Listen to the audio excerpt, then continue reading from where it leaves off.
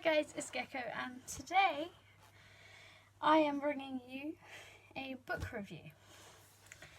And it's a book I finished just yesterday. And honestly, I think it might not be up there with my favourite books of all time. It's not as good as Radio Silence in terms of how it makes me feel and the things that it makes me think about when I read it. But the sheer enjoyment of it, yeah, it's up there. It was really good, really fun read, and that is Red, White and Royal Blue by McQuiston. I have two passages from this that I think are amazing, and I want to treasure them. Whatever, sorry. Some books were falling down. But yes, so this book, I'll do a little bit about what it is, like what it's about, like the basic premise. Basically, it's about this guy and this guy falling in love. But they don't start out that way. They start out as enemies, like they hate each other. Absolutely cannot stand each other. But they have to pretend to be friends because this guy is the first son of the President of the United States and this guy's the Prince of Wales. Obviously it's fictional. Yes. So instead of them causing an international incident with their hatred for each other, the teams behind them decide you two have got to be friends. You've got to sell it like you're best friends. They're not happy. But then they sort of become friends. And then they realise they didn't actually hate each other. They were in love with each other. Right? Kind of self-explanatory, the whole enemies to lovers romance trope. Very self-explanatory. Pretty much. The only difference is this guy's the son of a president and this guy's a prince. Just different characters, really. Same formula as any other enemies to lovers trope, which I don't normally like. But this is a queer romance, and I really enjoy reading queer romances. Anything with queer characters. I have the first 3 Adam Silvera books. Haven't got Infinity Sun yet. It's waiting for me at the library, but I'm sure I'll love it. There are LGBT characters in so many of the books I love. I'm LGBT, so for me, reading about these characters is really cool because when I was younger, we didn't have that. So to have this book so popular as it is, I mean, this came out last year. It's by McQuiston, and it won Best Romance and Best Debut, as far as I'm aware, on Goodreads, because that's what it says. Yes, it came out in May 2019. And everyone was talking about it. So I was like, okay, I'll give it a go. It sounds cute. And of course, it's a contender for one of the best books of the year. Now, I've never read a book straight away at the beginning of the year and thought, this is going to be on my list at the end of the year. I mean, one of the first books I read last year was Circe by Madeline Miller, and I really liked that. But it didn't end up on my list, and I didn't think it would end up on my list. This I think will, and I'm thinking it's probably going to be near the top because I don't know if anything can top this book because it's so fun. The way they talk to each other, both Henry and Alex talk to each other really, well, they don't like each other. And even when they like each other, they don't like each other. It's kind of like they kind of bully each other, and it's really cute. So yeah, one of my favourite things right, okay. I'm going to talk about spoilers because there's no way for me to really discuss this book without going, oh, this is what I liked. No, this happens. And there goes a bunch more books. So, one of my favourite things is the emails and the group chat that they're all in. And they're not in a group chat till later, but yes. So there's a group chat here. Oh yeah, if you didn't want to be spoiled, I'm assuming you left, so. But yes, they're very funny, where they talk to each other. There's no real... There's no real, oh, he's a prince, so I have to respect him. It's like, here's this dick I don't like. Or there's this dick I have to be friends with. There's the dick I love. It's like, he's a dickhead, and like, that's kind of the point.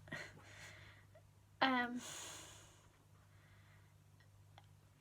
so they have to keep their relationship secret, obviously. But at the beginning it doesn't really matter too much because it's not really a thing. But when it becomes a thing, I mean, yeah, okay. So Alex doesn't know he's bi at the beginning of the book. Henry knows he's gay, but it's told from Alex's perspective. So you're kind of looking at this guy not knowing why he's thinking of this guy in the way he is. But he also had a gay experience in high school, so he's not really sure because he's never thought about guys like that. He did, but that's what homophobia will do. So they start, when they get really serious, they start emailing each other. And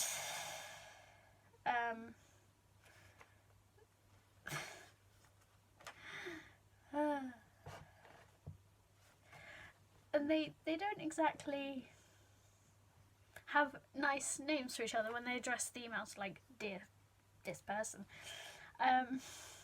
Henry emails Alex, then addresses him, Alex, first son of masturbatory historical readings, to which he signs off as haplessly romantic heretic Prince Henry the utterly daft. And they always play with, he's the first son, and he's His Royal Highness. So they kind of use their titles, but they kind of make it a little bit, like, inappropriate or sometimes downright dirty. That was tame. In the group chat they're in, he's HRH dickhead, which I absolutely loved. And it's like, it's really funny, because they kind of, Henry gets on with Alex's sister and his best friend / ex-girlfriend. And the Americans all get on with his sister. His brother, complete dick, absolutely, like, it's okay to be gay, but you cannot do this. You have to do this. And it's like, no. This guy took a long time to stand up for what he wanted to do, and what he wanted to do was be with Alex. So, it took a long time. They had arguments, you know, and when they get back together, his mum says, Alex's mum, who's the president, she says to him, look, I don't care about your sexuality, but you have to decide now, is this forever? Because if it's not forever, end it. Because it's got to be forever. She's looking at the second presidency. She's trying to get a second term. And her son is half Mexican. And he's into guys. So you can kind of imagine what that's going to be like in America, especially since she's trying to win Texas. At the end of the book, the election rests on Texas voting Democrat. I don't think that's ever happened, so that is quite intense at the end. But yeah, it's quite an intense book in places because the stakes are so high. because it's not just their relationship at stake, it's his mum's job, essentially. So they're doing all this sneaking around and being all cute, and it just, yeah. But I've never read a romance where the stakes are high or there's so much politics in it, and it just, yeah, it's kind of like, oh, the royals, yeah. But it's about love and being true to who you are, regardless of what your family or tradition says you have to be. And that's what I really took from that. And I will read you my 2 little notes that I've got in here. When they write their emails, they quote couples in history, and their favourite one to quote is Alexander Hamilton and John Lawrence. Now, Hamilton and Lawrence wrote really, really raunchy letters to each other, like even more raunchy than to women. So there's always been this idea among historians that aren't, no, gay people don't exist. That's not a thing. Gay people are purely 20th century. They're like, oh, they had a thing, or they could have had a thing. It wasn't the 1700s. And the quotes, specifically this quote, seems to support that. It's on page 267, which is chapter 10, and it says, "You should not have taken advantage of my sensibility to steal into my affections without my consent." Which basically means you shouldn't have taken advantage of what I'm like to get into my affections when I didn't say you could. So basically, you shouldn't. It's like, you did this thing and I fell in love with you and I didn't want to, and it's really cute and it's such a wonderful thing. And I genuinely, I was like, I'm obsessed with Hamilton. Like I have this, and like I really want to see Hamilton, and I love the play, and so having the references in this made me so happy. And obviously they were talking about the foundation of America and things like that. It was really cool, like the way it affected the Americans, and I love that. And the second one is when they're still not sure whether they're going to end up together. And,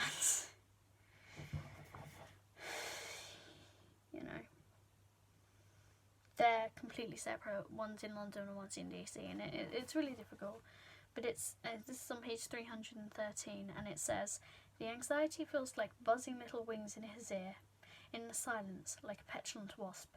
It catches him when he tries to sleep and startles him awake, follows him on laps paced up and down the floors of the residence. It's getting harder to brush off the feeling he's being watched."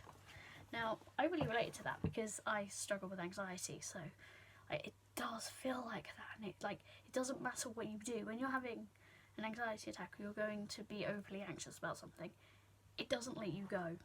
So for me, to have a character who is bisexual and also having anxiety, it's like,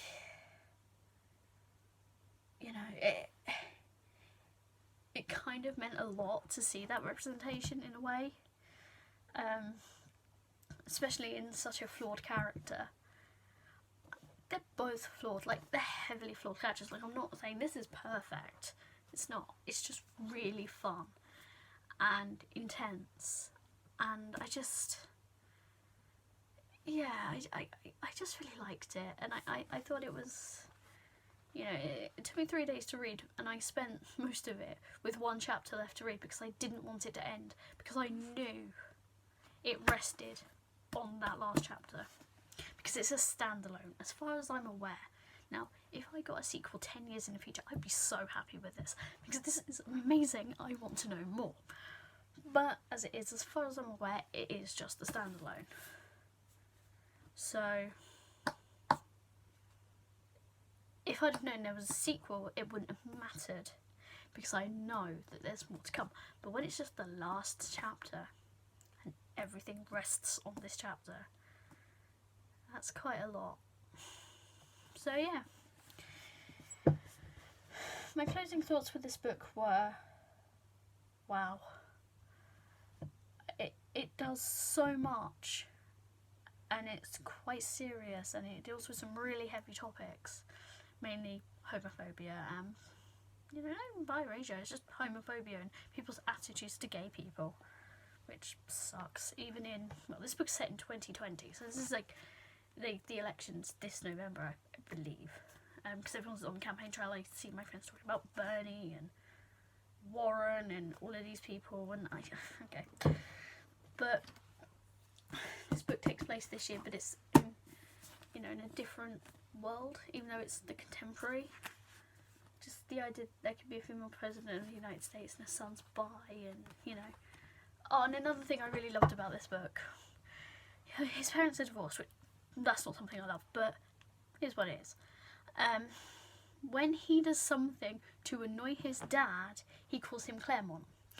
When Alex does something to annoy his mum, he gets called Diaz, because his last name's Claremont Diaz.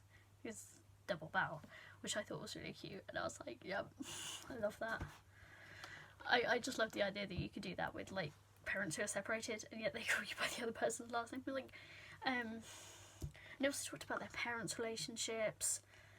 Oh, it was just such a big thing, like, a big impact it had on me and others, I'm sure, because people can't stop saying how great it is, for good reason. It is great. Yeah, I'm so glad I read it, and I will be reading it again, and it'll probably be one I reread a lot, because it's such a beautiful, beautiful story, and I'm sure a lot of people will get emotional over it, because there are so many places where it's like, this actually means something. It's not just a cheesy romance. It has an impact. It has effects. You know, it's someone realising who they truly are, and another person fighting for who they love and who they want to be. And sometimes that means standing up to your family, and it's okay, you know. And I think that's the lasting impact of the book. It's okay. It talks about coming out and how people can use that against you, but how ultimately you have that power to take it back. So, yeah. I really don't know what else to say about it, except that if it sounds like something you would like to read, you should read it. If you're LGBT and struggling with a relationship or talking to your family, you should read it. I think it doesn't matter what situation you're in, I think there's something to get out of it, as well as a really, really cute love story, you know. The tagline of the book is "True love isn't always diplomatic," and it's not, and I don't think it ever will be. I don't think it will ever be diplomatic. I don't think it ever has been diplomatic. But this relationship is messy, it's all over the place, and it felt real, and yeah, it feels real because this is what people go through. So, yeah. It you know, it's just one of those books that people are going to ask for recommendations, and it'll be up there with Radio Silence and Wuthering Heights, Jane Eyre and Rebecca, which are my top books. All very different books, but I guess people could say that there's a theme to them. There's always something to learn from them, I think. So yeah. I'm truly glad I read this book. I'm sure hundreds of other people, thousands of other people are happy they read this book too. Yeah. So, Casey McQuiston has done an amazing job. This book is amazing. The cover's beautiful. Everything about this book is beautiful. Yeah, it's just a beautiful book.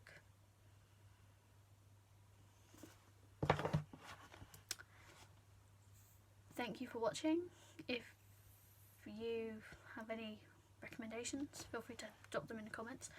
Even if you see this video and it's like 5 years old at that point, I don't care. Just recommend me something. It'll be an amazing thing to do. Yeah. I hope you have a lovely day, evening, afternoon. Yeah.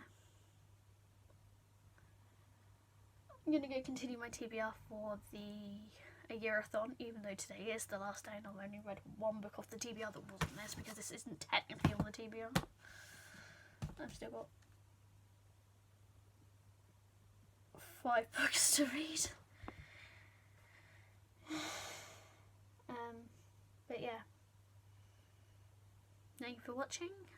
I'll see you in the next video. #TheyClassy.